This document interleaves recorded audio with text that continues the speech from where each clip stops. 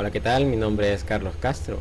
En este video quisiera hablar sobre lo que es la física y entablar una conversación o un debate sobre lo que es la corriente alterna, que es lo que vamos a profundizar, y la corriente directa. Pero ¿cuál es la diferencia entre estas dos y por qué la alterna es más compleja que la directa? Para esto, primero debemos conocer sus características. Una de ellas es su simbología a la hora de identificar una fuente. Este es el símbolo de una fuente en corriente continua y este es una fuente en corriente alterna. Se diferencia simplemente por eso. La continua tiene dos barras paralelas, una más corta y una más grande. La más grande es el signo positivo y la más corta es el signo negativo. En cambio, en la corriente alterna, la fuente tiene un signo de onda. ¿Y qué es esa onda? En la corriente alterna, esa onda se llama onda senoidal y se representa de esta manera. Una onda continua que también es llamada o se identifica como los gigahertz. También tenemos de ejemplo esta onda que se representa principalmente por la corriente continua y es directa o en línea recta, ya que no presenta ningún tipo de cambio en su magnitud de voltaje. Es decir, en la corriente alterna presenta altos y bajos en los que se demuestran las subidas de voltaje y las caídas de voltaje. Por eso, en la línea azul se representa una onda senoidal que sube y baja y que viene desde un punto cero, sube hasta un punto A y baja hasta un punto menos A. En cambio, en la corriente continua se ve una línea recta, ya que esta mantiene una misma cantidad de voltaje y no cambia a menos que haya un aparato externo que le permita cambiar el voltaje continuamente, convirtiéndola de sí a una corriente alterna. Ok, ahora teniendo en cuenta lo que es la corriente continua y la corriente directa, podemos ejemplificar aquí que tenemos un circuito en serie de corriente directa, es decir, que tiene polaridad positiva y negativa con sus distintos componentes. En este otro ejemplo presentamos sobre un circuito que es corriente alterna y se puede diferenciar porque en su fuente está la marca de una onda senoidal. Una característica principal de este tipo de circuitos es que la polaridad puede cambiar, puede estar en una posición en un momento y cambia de posición a otro momento, es decir, sube y baja debidamente a como está representada en su onda senoidal. Es decir, si su polo positivo está hacia arriba, en un dado momento puede cambiar y puede colocarse en esa parte de abajo. Así funciona la corriente alterna. En cambio, la corriente directa no. La corriente directa mantiene siempre su polaridad en un solo punto. Bien, ahora que tenemos claro lo que es la corriente directa y la corriente alterna, nos meteremos de lleno a lo que es la corriente alterna y qué es lo que constituye a un circuito de corriente alterna. En un circuito de corriente alterna podemos encontrar varias partes, como pueden ser una resistencia, un capacitor o un inductor, que en este caso sería una bobina.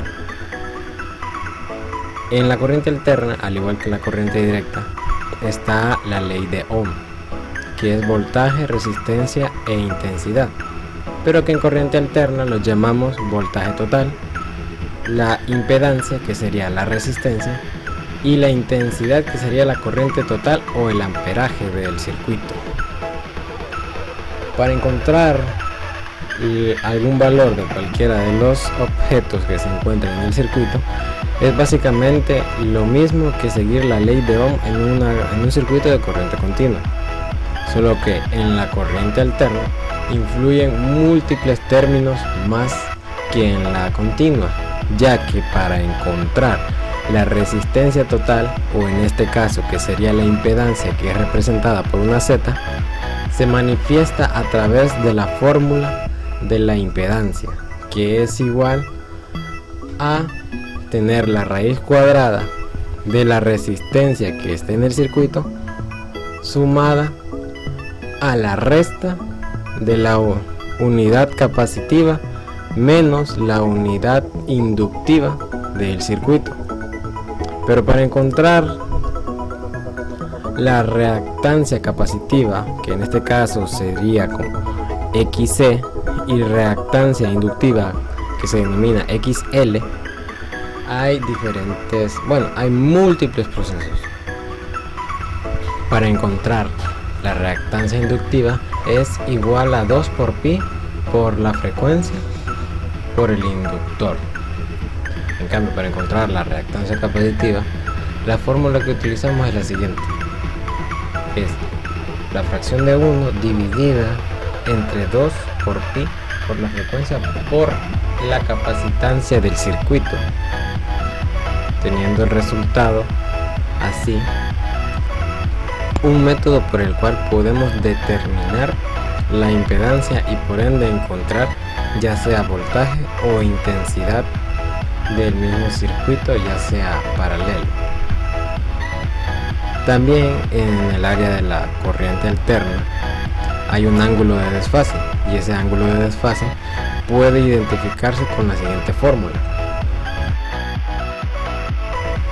la cual sería la tangente inversa del ángulo, que sería igual a la multiplicación de la resistencia por la resta de las unidades que se encuentran en el circuito.